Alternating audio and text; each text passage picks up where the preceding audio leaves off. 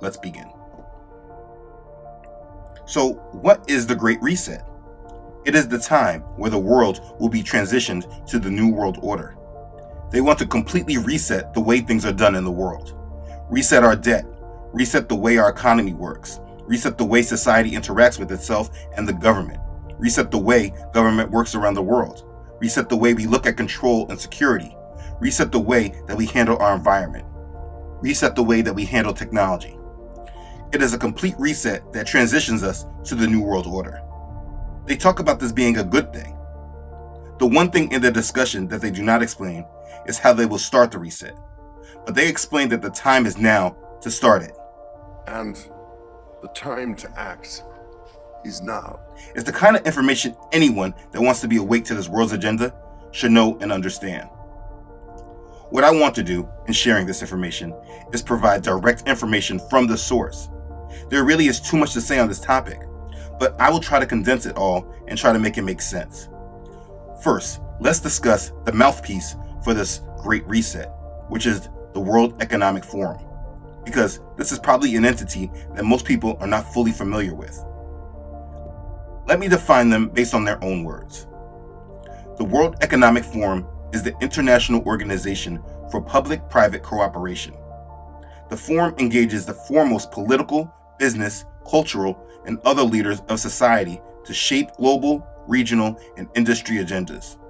It was established in 1971 as a not-for-profit foundation and is headquartered in Geneva, Switzerland. It is independent, impartial, and not tied to any special interest. The institution carefully blends and balances the best of many kinds of organizations from both the public and private sectors, international organizations, and academic institutions.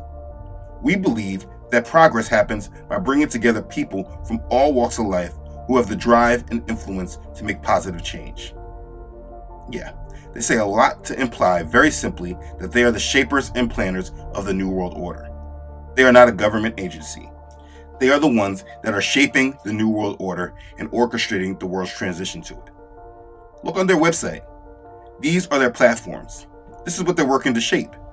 The COVID Action Platform, shaping the future of advanced manufacturing and production, shaping the future of cities, infrastructure, and urban services, shaping the future of consumption, shaping the future of cybersecurity and digital trust, shaping the future of digital economy and new value creation, shaping the future of energy and materials, shaping the future of financial and monetary systems, shaping the future of global public goods, shaping the future of health and healthcare, shaping the future of investing, shaping the future of media, entertainment, and sport, shaping the future of mobility, shaping the future of technology governance, artificial intelligence, and machine learning, shaping the future of technology governance, blockchain and digital assets, shaping the future of technology governance, data policy, shaping the future of trade and global economic interdependence, shaping the future of the Internet of Things and urban transformation, shaping the future of the new economy and society.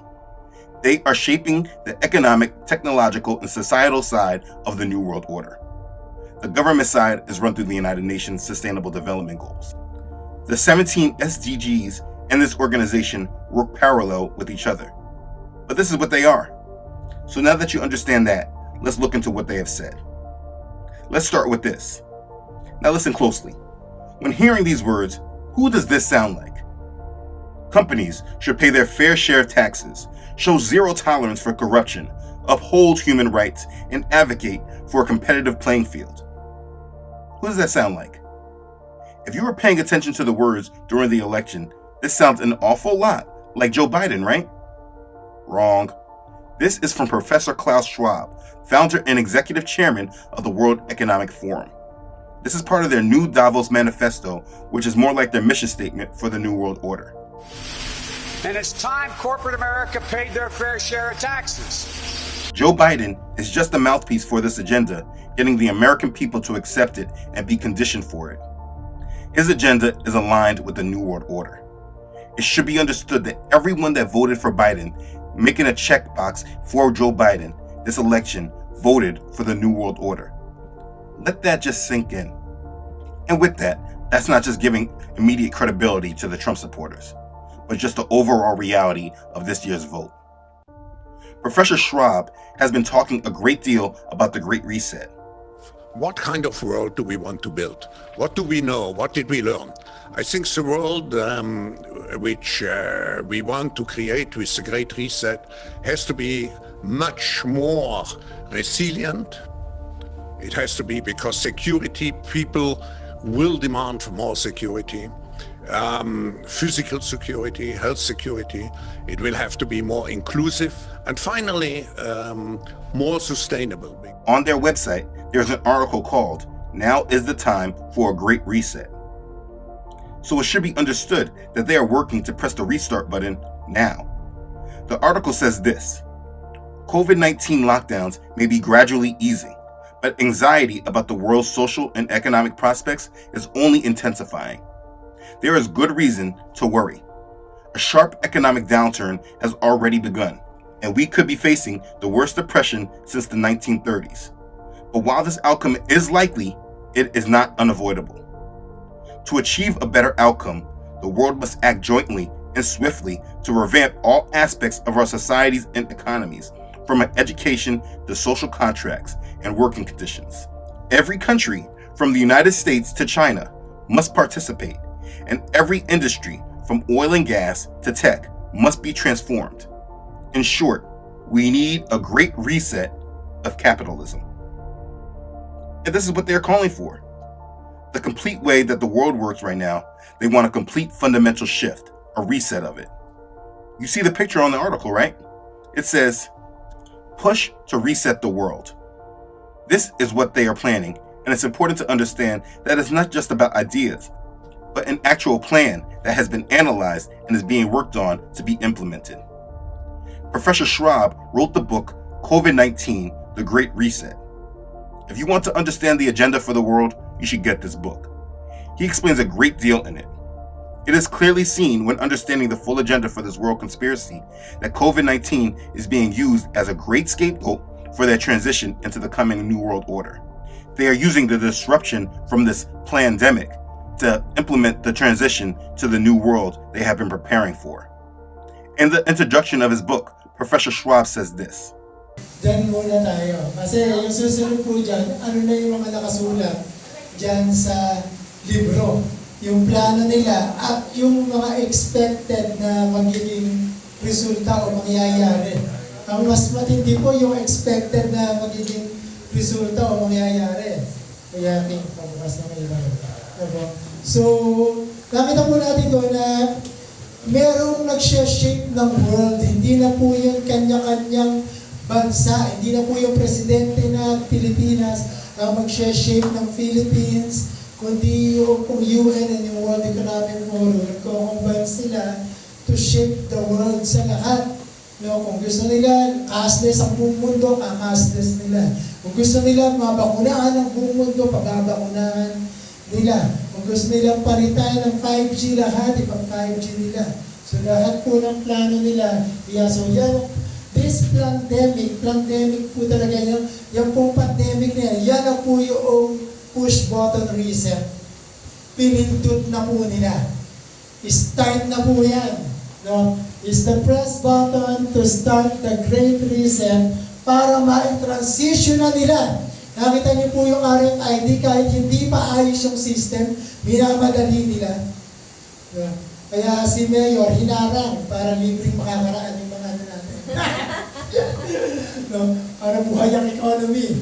No? So, the Great Reset transition into the New World Order through the new normal. Kaya talagang hindi na tayo babalik sa dating normal. Patungo na tayo sa gusto nilang New World Order na sineshape nila. No? Kaya po terms nila ngayon ay new normal para New World Order. Ito na ang bagong order. Ganito na ang takbo ng bagong mundo natin ngayon. Huwag na nyo nang isipin yung dati.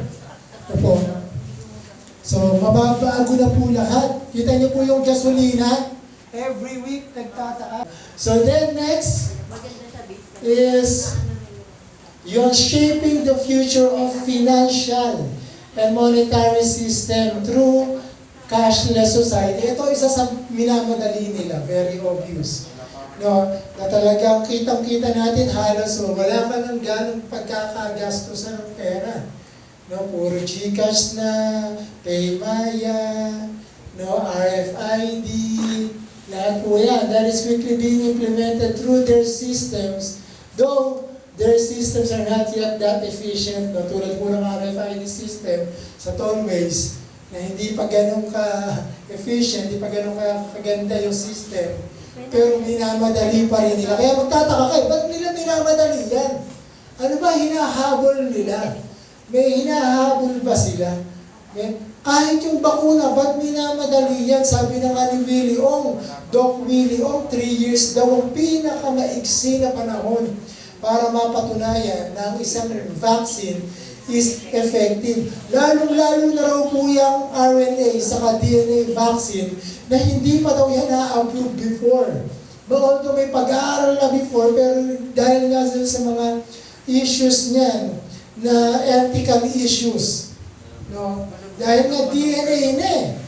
Dati kasi yung virus lang, yung attenuated na virus, o kukuha lang ng piraso doon, isang protein, yun ang isasaksak sa'yo para mag-react yung katawan mo doon mismo sa virus.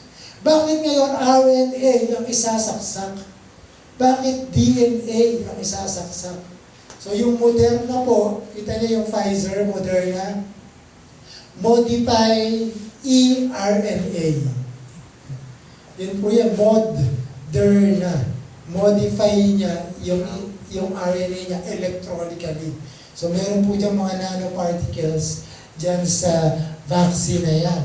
Then next is they are shaping the governmental system through the United Nations, dictating any country through their world orders. Yun. So nakikita niyo po, even yung si Joe Biden, no? Ang ginagamit niya pong mga salita ay kung ano yung sinasabi ni Klaus o yung president o chairman ng World Economic Forum. Kaya ito pong darating na election na napaka-crucial po nito kung sino ang iuupo nila. So alam po natin si Trump ang nanalo pero dinaya. Marami pong palabas po dyan sa YouTube kung paano po dinaya si Trump. So dito sa Philippines, sa 2022, kahit pa anong boto gawin mo, may iuupo po nila. Kung sino ang gusto nila iupo. Kung sino ang kontrolado nila. Ayaw ko lang kung kaya nilang kontrolin pag si Bongbong Marcos. Kung kontrolado nila si Bongbong Marcos. Pwede. Hindi ko alam. Oo. Pero isa yan sa, alam kong dahilan bakit siya tinanggal kasi hindi nila makontrol si Marcos. No? Dahil siya na yung pinakamayaman nun. Ang hirap-hirap po nun. Then next is, meron pa ba? So shaping or resetting the economy through this pandemic by creating the worst economic collapse. No? Ito na raw po yung worst depression since 1930. No? Ay sinasadya naman nila. No? Talagang palalakdo nila, sasarado nila, talagang pababagsakin nila lahat ng businesses. Kahit hindi totoo. No? Kahit hindi naman totoo. Kita niyo ba, itsura nung Si Jim. naka-quarantine? Hindi na nanonood eh. No? Mukha po bang may sakit yun? No? Tumaba pa nga si Jim. Tumaba pa, naka-aircon. Sarap, panay picture lang. No? Ang sarap ng buhay. Eh, tinan mo nga itsura niya, mukha pang may sakit yan. Mas mukha pang may sakit yan nung nandito yan. No? Ngayon, hindi yun. Mas mukhang healthy pa. So, to restart and shape, gusto pa nga niya mag-positive ulit para mas maganda ulit ang buhay. No? Kasi naka-aircon siya doon, libre pagkain. Sabi niya, ako naisip-isip ko na rin yun. Malungkot daw siya kasi 2 araw na lang. Oo, kasi gusto para makaipon man lang 1 week, 10 days. No? So collapse to restart and shape a new one with a worldwide monopoly. Yan. On basic commodities. Nakita niyo po, yung gasolina, tinatataas talaga nila. No? Mga basic commodity po yan. So para sila din na magte-take over po niya, sabihin nila na kung tumataas, kailangan makontrol natin yan. I think the New World Order will own lahat ng basic commodities na yon. na parang sila nag-ahari sa sanlibutan na ito. Sa sanlibutan, ang kingdom po kasi, pagmamayari ng kingdom lahat. No? Sila may-ari ng lahat, ng diesel, ng gasolina, ng pagkain, ng business, no? Ng properties mo, sila may-ari lahat niyan. Pati buhay mo, kontrolado nila. Pag nilagyan na nila ng microchip. Yan. So yung vaccine, search nyo, ang dami naman talaga niyan, RNA, DNA, binabago talaga yung DNA. Bakit kasasaksakan ng DNA? May DNA ka na sarili. No? So, anong plano nila? Bakit DNA? Ano mangyayari doon sa DNA na yon na sinaksak nila? Hindi ba yun nahalo sa DNA mo? Di ba yung RNA na yun, di ba halo doon sa RNA mo? No? So, binomodify na rin po nila. And then, pagsaksak na lang ng microchip, yun na, yung brain chip, kasi sa ulo, saka sa kamay eh. Di ba? Sabi, magpapalatak sa ulo o kaya sa kamay. Ay, yun na po yun. Ay, ikokontrolin na po yung ating isip. Zombie ka na. Hindi ka na tao. Iba na rin yung DNA mo, may feelings ka na, so hindi ka na rin tao. At yun po yung ginugunaw ng Diyos, yung hindi na tao. Tao lang ang ititira niya. No? So tingnan mo nga yung katabi mo, mukha pa bang tao yan? No? So meron po ba kayong iba pang nakita na naisidagdag doon, reflection nyo doon sa The Great Reason? Mas matindi next week. Kasi yung nakasulat na dun sa libro, yung plano ng World Economic Forum, na nangyayari na rin, makikita nyo kung paano. Kaya nakalimutan ko kung anong year niya sinulat yun eh. Kasi Napansin niyo po yung sinabi dun kanina na from US to China. Hindi po sinama ang Philippines. Ayun po. Di ba po? Yung pong hati nun, kapag pukitin natin yung ating mapa, di ba yung US start din, dulo lang, China, hindi sinama yung Philippines. Kasunod na tayo, hindi tayo sinama. Bakit naman from US to Philippines sana eh, di ba? Bakit US to China lang, hindi tayo kasali. So, what is happening right now? Doon mismo sa sunulat nila na yon, mayroon silang ginagawa na hindi included si Philippines. kaya kita nyo yung testing ng vaccine, puro Pilipino tinatarget eh. Nasa UK na, unahin pa nila Pilipino. Napansin niyo Nasa po US na, uunahin pa rin nila Pilipino. Lahat ng testing, gusto nila i-test Philippines. Kasi humindi po yung Africa eh. Alam niyo ba, maraming bansa sa Africa ay hindi sila magpapaturok ng vaccine. At maraming bansa sa Africa, walang nakamask. Walang naka-face shield. Kausap ko po yung Africa na friend natin dun sa ating group page. Hanapin niyo po dun si Richard.